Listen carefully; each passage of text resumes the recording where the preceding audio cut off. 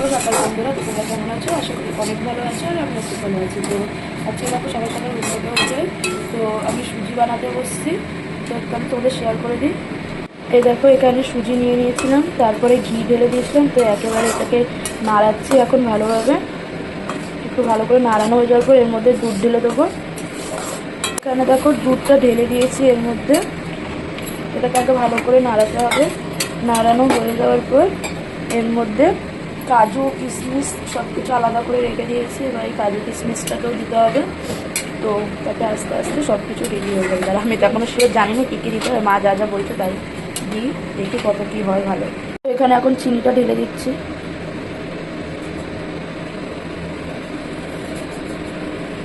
এই যে এখন এলাচগুলো ছড়িয়ে দিচ্ছি।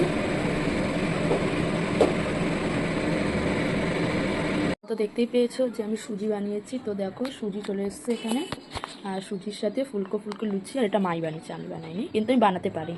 আমার আজকে মুড হয়নি তাই বানাইনি। তো দেখো আজকে সকালের খাবার এটাই আমার।